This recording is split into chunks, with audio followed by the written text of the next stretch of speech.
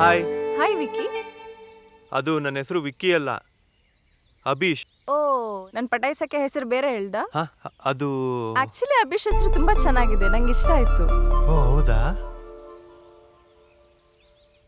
ಏನ್ ಮಾಡ್ತಾ ಇದ್ಯಾ? ಗಿಡಕ್ಕೆ ನೀರ್ ಹಾಕ್ತಾ ಇದ್ದೆ. ನಂಗೆ ಗಿಡ ನೋಡ್ಕೊಳ್ಳೋದಂದ್ರೆ ತುಂಬಾ ಇಷ್ಟ. ಅಮ್ಮ,